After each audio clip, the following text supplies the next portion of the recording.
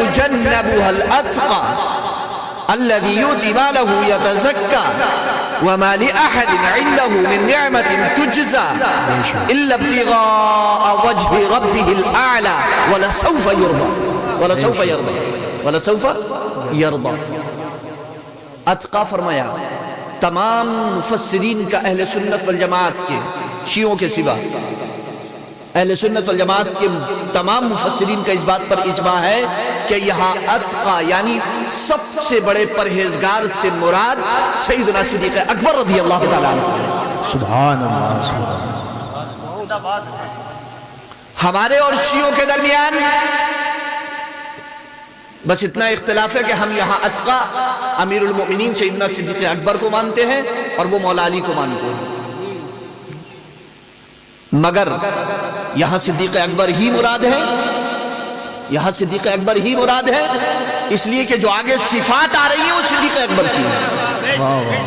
آگے جو صفات آ رہی ہے وہ اپنا مال راہ خدا میں خرچ کرتا ہے اور کوئی احسان نہیں ہے، اس کے احسان کا کوئی بدلہ یہاں پہ نہیں چکا سکتا۔ اللہ کے رسول سرور کونین صلی اللہ علیہ وسلم نے ارشاد فرمایا مجھ پر جس نے بھی احسان کیا میں نے اس احسان کا بدلہ چکا دیا، سوائے صدیق اکبر کے کہ اس کے احسان کا بدلہ اللہ خود اسے عطا فرمائے گا۔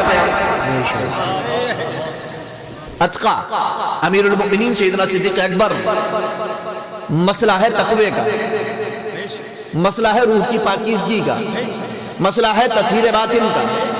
جس نے تطہیر باطن کی، جس نے اپنے باطن کو نکھارا، اس کو پاکیزہ بنایا، اس کی صفائی کی، اس کی ستھرائی کی، تزکیہ نفس کیا، اس نے اتنا ہی اعلیٰ مرتبہ پایا، اس نے اتنا ہی اعلیٰ مرتبہ پایا۔ آپ اس پر غور کر سکتے ہیں، توجہ کر سکتے ہیں۔ صحابہ اکرام رضوان اللہ تعالیٰ علیہم اجمعین اسلام لے کر کے آئے، ایمان لے کر کے آئے۔ اللہ کے رسول سرور کونین صلی اللہ علیہ وسلم نے مکہ فتح کیا۔ اللہ کے رسول سرور کونین صلی اللہ علیہ وسلم کے فتح مکہ کے بعد اللہ کے رسول مکہ میں تشریف فرما، صحابہ اکرام خانہ کعبہ کے ارد گرد جہاں پہلے وہ کبھی بیٹھا کرتے تھے ان جگہوں پر بیٹھے ہوئے چرچا کر رہے ہیں کہ بہت دیر کر دی ہم نے اسلام لانے میں، کاش پہلے اسلام لے آتے۔ امیر المؤمنین سیدنا ابو بکر صدیق اکبر، امیر المؤمنین سیدنا عمر فاروق اعظم رضی اللہ تعالیٰ عنہ کا گزر ہوا، دیکھا کہ خالد، عمرو بن عاص، اکرمہ رضی اللہ تعالیٰ عنہ اجمعین بیٹھے ہوئے گفتگو کر رہے ہیں، اور گفتگو یہی چل رہی ہے کاش پہلے اسلام لے آتے، کاش بہت دیر کر دی، آج تو کہاں سے کہاں ہوتے، بہت دیر کر دی۔ امیر المؤمنین سیدنا عمر فاروق اعظم رضی اللہ تعالیٰ عنہ کا وہ جملہ جو ہے وہ ہمیشہ یاد رکھنا چاہیے۔ ارشاد فرمایا کہ ماضی کو دیکھ کر کے افسردہ ہو رہے ہو، غمزدہ ہو رہے ہو، غمگین ہو رہے ہو، ارشاد فرمایا لا تأسوا على ما فات الا لتجتہد فيما هو آت، گئے ہوئے پر افسوس مت کرو مگر یہ کہ آنے والے میں تم اجتہاد کرو۔ اس فرمان کا صاف مطلب تھا کہ ضروری نہیں ہے کہ جو بعد میں اسلام لایا ہے وہ پیچھے ہی رہے، ممکن ہے وہ صف اول میں آ جائے۔ اور اس کی زندہ جاوید مثال خود امیر المؤمنین سیدنا عمر فاروق اعظم رضی اللہ تعالیٰ عنہ کی ذات گرامی 40ویں نمبر پر اسلام لے کر کے آئے مگر دوسرا نمبر حاصل کیا۔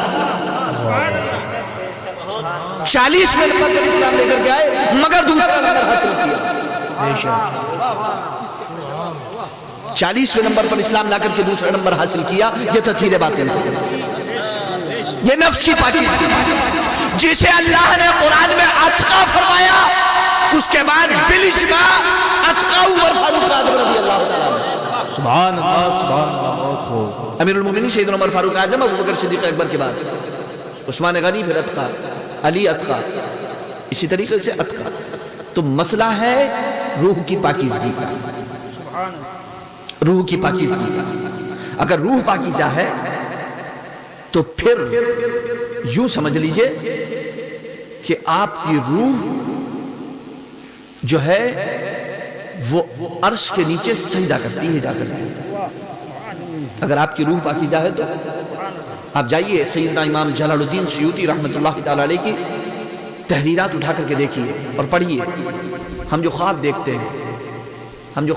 ہیں اس کے بارے میں سوال کیجئے, پوچھئے جا کر کے. آپ جو خواب دیکھتے ہیں اس کے بارے میں علماء کا کلام آپ کو ملے گا کہ اس بندے مومن کا خواب سچا ہوتا ہے کہ جس کی روح عرش پر جا کر کے سجدہ کر لیتی ہے, سبحان اللہ. اور جس کی روح سجدہ نہیں کر پاتی اس کا خواب سچا نہیں ہوتا. اور عرش اور یہ سجدہ وہ روح کر پاتی ہے کہ جو رات کو طہارت کی حالت میں, پاکیزگی کی حالت میں سوتا ہے. سبحان اللہ. من نام طاہرا, جس نے طہارت کی حالت میں زندگی گزاری, رات گزاری, جو رات کو سویا طہارت کی حالت میں. اور طہارت تو اتنی بڑی ہے کہ اللہ کے رسول سرور کونین صلی اللہ علیہ وسلم نے ارشاد فرمایا کہ تم میں سے جس کی خواہش یہ ہو کہ اسے شہادت کی موت نصیب ہو تو وہ وضو کر کے, اور اس خواہش سے کہ اگر اللہ کی راہ میں جان دینا پڑے گی تو میں جان دوں گا, وہ اپنے بستر پر آرام کرے. اگر اسی آرام کی حالت میں اسے نیند آ جائے تو اسے شہادت کا مرتبہ ملے گا. سبحان اللہ. سبحان اللہ. یہ تطہیر باطن تھی کہ حبش کا بلال, اس کے پیچل کی آواز مصطفیٰ نے مدینے میں سنی اور جنت میں سنی. مصطفیٰ علیہ السلام نے کیا فرمایا؟ یا بلال سمعت دفن علیک, اے بلال میں نے تمہارے پیچل کی آواز سنی, میں نے پیچل کی آواز سنی. کہاں سنی تھی؟ جنت میں. جنت میں سنی تھی. تم آگے آگے جا رہے ہو, تم آگے آگے. یہاں سے یہ کوئی یہ نہ سمجھ لے کہ بلال مصطفیٰ سے پہلے جنت میں داخل ہوں گے.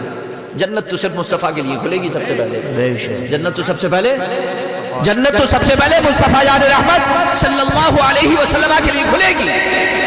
سب سے آگے محمد مصطفیٰ صلی اللہ علیہ وسلم, آپ کے پیچھے تمام انبیاء, اور تمام انبیاء کے پیچھے سب سے پہلے امت مصطفیٰ, اور امت مصطفیٰ کے پیچھے پھر ساری امت. اور جب اللہ کے رسول سرور کونین صلی اللہ علیہ وسلم دروازے پر پہنچیں گے جنت کے, تو کیا کہے گا جنت کا در ہوگا؟ یا رسول اللہ بک امرت ان لا افتح لأحد من قبلک, یا رسول اللہ مجھے یہی حکم تھا کہ آپ سے پہلے کسی کے لیے جنت کا دروازہ نہ کھولوں.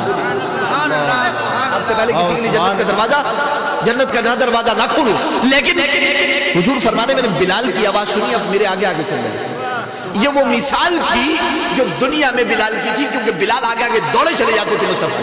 بس یہ مثال تھی, یہ دنیا بھی مثال تھی, کیونکہ بلال کو آگے آگے شوق تھا, وہ آگے آگے چلتے رہتے تھے. آپ آج بھی دیکھتے ہیں نا کہ علماء جب آتے ہوتے ہیں تو لوگ آگے آگے دوڑے چلے جاتے. بلال آگے آگے دوڑے چلے جاتے. اللہ کے رسول سرور کونین صلی اللہ علیہ وسلم نے یہ منام میں دیکھا تھا, یہ رؤیا تھا حضور, اور نبی کی رؤیا بھی منام بھی وحی ہے. اللہ کے رسول سرور کونین, کیوں؟ نبی اکرم صلی اللہ علیہ وسلم نے ارشاد فرمایا, بلال وہ کون سا عمل ہے جس نے یہ مرتبہ تمہیں ملا, جس کی وجہ سے یہ مرتبہ تم کو ملا؟ وہ کون سا عمل ہے بلال؟ میں نے تمہارے پیچل کی آواز جنت میں سنی, وہ کون سا عمل ہے؟ عرض کیا یا رسول اللہ صلی اللہ علیہ وسلم, میں جب بھی وضو کرتا ہوں, جب بھی پاکیزگی حاصل کرتا ہوں, تو اس کے ساتھ کچھ رکعت نماز ضرور پڑھتا ہوں. کچھ رکعت نماز. تو یہ تھی بلال کی تطہیر باطن. بلال تو ابھی دنیا میں ہے, اور جنت میں حضور نے ان کے پیچل کی آواز سنی, اور وہ آگے آگے چلتے چلے جا رہے ہیں, دوڑتے چلے جا رہے ہیں, دوڑتے چلے جا رہے ہیں. تو یہ کیا تھی؟ یہ طہارت تھی جو صحابہ اکرام رضوان اللہ تعالی علیہم اجمعین کو حاصل تھی. تو اگر آپ اپنے نفس کو پاکیزہ نہیں بناتے ہیں, آپ اپنے نفس کو ستھرا نہیں بناتے ہیں, آپ تطہیر باطن نہیں کرتے ہیں, تو یوں سمجھ لیجئے کہ پھر معراج آپ کو حاصل نہیں. بے شک نماز مومن کی معراج ہے, آپ نے سنا ہوگا کہا جاتا ہے, لیکن یہ معراج ہوگی کیسے؟ میں نے آپ کو بولا کہ اس کی روح کو معراج ہوتی ہے, اس کی روح چڑھتی ہے, بلند ہوتی ہے آسمانوں کی طرف مومن کی. لیکن کب؟ جتنا اندر پاک ہوگا, صاف ہوگا, ستھرا ہوگا, اتنا ہی زیادہ عروج ملے گا. اور جتنا عروج روح کو ملے گا اتنا ہی عروج جتنا عروج روح کو ملے گا اتنا ہی عروج جسم کو ملے گا. یہ روحی کا تو عروج تھا کہ مولا علی کرم اللہ تعالی وجہ الکریم پہ جب تیر لگا تو فرمایا کہ جب نماز میں کھڑا ہو جاؤں تو نکال لیں, کیونکہ عالم بدل جائے گا. وہ عالم بدل جائے گا. پھر روح کا معاملہ شروع ہے. اور تیر جسم میں لگا ہے جناب, تیر جسم میں لگا ہے, روح میں نہیں. تیر تو جسم میں لگا ہے, معاملہ اصل تو روح کا ہے. تو میں نے جو عرض کیا دو چیزیں ہیں. اگر آپ نے تطہیر باطن کر لیا, نفس کو پاکیزہ صاف ستھرا بنا لیا, تو پھر آپ سے زیادہ کامیاب کوئی نہیں. اور اگر آپ نے اپنے نفس کو گناہوں میں ہٹا لیا, آپ نے گناہوں میں چھپا دیا اسے, تو پھر ہم سے زیادہ ناکام خسارے میں, ٹوٹے میں, گھاٹے میں, ہلاکت میں, نقصان میں, تباہی میں, بربادی میں کوئی نہیں ہے. بالکل کلیئر ہے, بالکل کلیئر ہے. اس میں